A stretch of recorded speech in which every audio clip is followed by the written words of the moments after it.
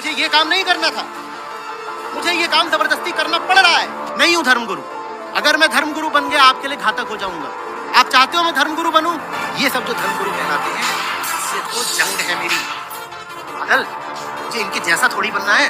लेकिन जितने कृष्णपंथी हैं वो आपको नाचते गाते मिलते हैं। मुझे समझ में नहीं आता, मैं बार बार पूछता हूँ। अर्जुन को नचा रहे थे वो, अर्जुन को बोला था अर्जुन छोड़ ये सब कष्ट, तू बाल मुड़ा ले, चुदई धारण कर ले और नाचना शुरू कर दे। ये बोला अर्जुन को। दुनिया के बाजार में बिकने के लिए थोड़ी खड़ा हुआ हूँ। बिकना होता तो 25 साल पहले बिक गया होता।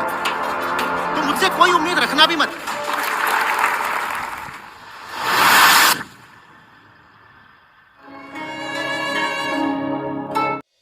आचार्य प्रशांत, आपने नाम तो जरूर सुना होगा और साथ ही साथ ये भी सुना होगा कि ये एक ढोंगी हैं। ये सिर्फ और सिर्फ ढोंग कर रहे हैं। ये ओशो की कॉपी हैं या कहें कृष्ण मूर्ति की कॉपी हैं। उन्हीं सब के बातों को ये बोल रहे हैं और अपने फॉलोअर्स को, अपने ऑडियंस को ये धोखा दे रहे हैं। दोस्तों, कई सारे चीज़ें हमें आचार्य प्रशांत के खिलाफ सोशल मीडिया पे देखने को मिल जाती हैं और ये सब चीज़ें हमें लॉजिकल भी लगती हैं, क्योंकि पास्ट में कुछ ऐसा हुआ भी है आचार्य प्रशांत के साथ जो हमें ये सब चीज़ें लॉजिकल देखने पर मजबूर करती हैं। जैसे दोस्तों, कई सारे लोगों ने आचार्य प्रशांत को पार्टी करते देखा है, स्मोकिंग करते देखा है और फिर वो कहते हैं कि ये बंदा जो हमें ज्ञान दे रहा है ये खुद ही चीज़ें भोग रहा है, संसार में भोगी बना फिर रहा है और हमें बता रहा है कि आप लाइफ से संन्यास ले लो। ये सब चीज़ें भी काफ़ी सारे लोगों के दिमाग में आती हैं। काफ़ी सारे लोग ये भी कहते हैं कि आचार्य प्रशांत खुद को कहते हैं कि ये एक स्पिरिचुअल टीचर नहीं है या कहें एक स्पिरिचुअल गुरु नहीं है, फिर भी ये लोगों को ज्ञान क्यों दे रहे हैं आखिर? ये भी सवाल बहुत सारे लोगों के मन में है और इन्हीं सब चीज़ों की वजह से दोस्तों ज़्यादातर लोग आचार्य प्रशांत को बहुत ही कन्फ्यूजिंग गुरु समझते हैं या कहें बहुत ही कन्फ्यूजिंग पर्सन समझते हैं। आखिर एक आईआईटी से इंजीनियर हुआ बंदा क्यों ज्ञान देगा लोगों को? क्यों इस फील्ड में आएगा? क्यों अपने लाइफ को छोड़ करके दूसरों के लाइफ में ज्ञान देने का काम करेगा? इस पॉडकास्ट में दोस्तों हम जानते हैं, आइए। अब कई सारे लोग आचार्य प्रशांत को क्रिटिसाइज़ करते हैं और कहते हैं कि ये ढोंगी है। और वो आखिर कौन लोग हैं? वो हैं दोस्तों सो कॉल्ड रिलीजियस पीपुल, धार्मिक लोग हैं। ज़्यादातर वो लोग हैं दोस्तों जिन्हें अपने धर्म के ऐसे पहलू को देखना नापसंद है जो रियलिटी है, जो सच्चाई है। और आचार्य प्रशांत ने काफ़ी सारे धर्मों को क्रिटिसाइज़ किया है जो आज के टाइम पर हो रहा है उन धर्मों में, उन रिलीजन्स में। और इन्हीं सब चीज़ों को सुनने के बाद काफ़ी सारे लोग इनके ऊपर ही आरोप लगाते हैं। इनके ही बहुत पुराने फ़ोटोज़ या वीडियोज़ कहें जिसमें ये पार्टी करते या स्मोकिंग करते दिख जाते हैं, उनको ही उठाकर दिखा रहे हैं कि अरे ये तो हमारे धर्म को झूठा बता रहा है, अपने आप को देखो ये क्या कर रहा था, ये किस तरीके का इंसान है जो हमारे धर्म को झूठा साबित कर रहा है। यही सब ज़्यादातर चीज़ें हम दोस्तों देखने को मिलती हैं सोशल मीडिया पर। और ये एक तरीके का दोस्तों हम कहें कि सांत्वना या कहें सेटिस्फैक्शन है उन लोगों का जो किसी चीज़ को या कहें रियलिटी को एक्सेप्ट नहीं कर पाते हैं। आचार्य प्रशांत स्मोकिंग या पार्टी करते तो दिख गए हैं, लेकिन वो उनकी पास्ट लाइफ थी। और वो ऐसा भी नहीं कह रहे हैं कि ये सब मत करो, सिगरेट तो मत पियो, ऐसा भी वो नहीं कह रहे हैं। वो कह रहे हैं कि सिगरेट तुम्हारे शरीर के लिए हानिकारक है, अगर तुम्हें पीना हो तो पियो, ना पीना हो तो ना पियो।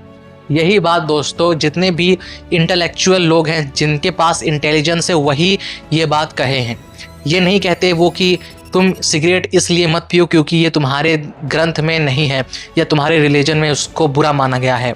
तुम दारू इसलिए मत पियो क्योंकि तुम्हारे धर्म में इसको हराम माना जाता है, इसलिए नहीं वो कहते हैं। वो इसलिए कहते हैं कि तुम्हें पीना हो तो पियो, लेकिन ये तुम्हारे शरीर के लिए हानिकारक है, ना कि किसी तरीके का बंदिश लगाकर वो बोलते हैं। और फिर बात करें दोस्तों आचार्य प्रशांत के जो कंट्रोवर्शियल स्टेटमेंट्स हैं, जैसे कि कुछ कंट्रोवर्शियल स्टेटमेंट्स उन्होंने रिलीजन के खिलाफ दिए थे। उन्होंने गीता के खिलाफ कुछ कंट्रोवर्शियल स्टेटमेंट्स दिए थे जिसके वजह से वो बहुत ही चर्चा में आए या कहें कि बहुत ही लोगों के नज़र में आए।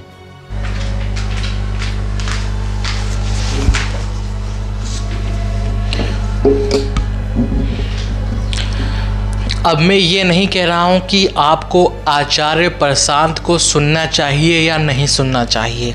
मैं पर्सनली नहीं सुनता हूँ, क्योंकि मुझे पता है कि उनसे बेहतर विजडम वाले लोग हैं, उनसे बेहतर इंटेलेक्चुअल लोग हैं, उनसे बेहतर कहें कि ज्ञानी लोग हैं हमारे मौजूदगी में, या कहें उनके ऑडियो बुक्स, उनके बुक्स हैं।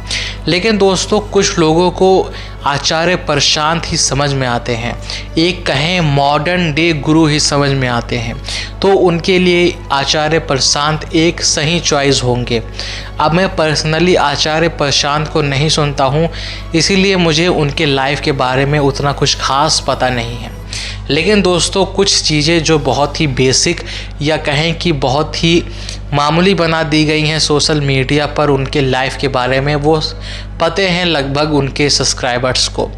जैसे कि उनका दोस्तों एक फाउंडेशन, या कहें कि उनके कई सारे ऐसे बातें जो रिलेट होते हैं ओशो से या कृष्णमूर्ति से। वो ओशो के ऊपर भी बोलते हैं, कृष्णमूर्ति उनके फेवरेट हैं, और ऐसे कई सारी बातें हैं।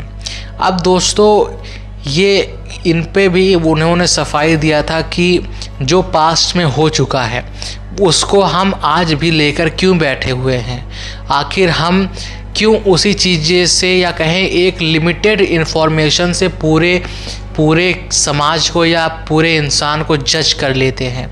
एक लिमिटेड सिनेरियो से हमें पूरे इंसान की लाइफ नहीं जज करनी चाहिए, जो कि काफ़ी ही लॉजिकल और सही बात है। ये था दोस्तों एक पॉडकास्ट एपिसोड आचार्य प्रशांत के ऊपर। अगर आपको ये पसंद आया हो तो लाइक ज़रूर से करिएगा। मिलते हैं नेक्स्ट एपिसोड में।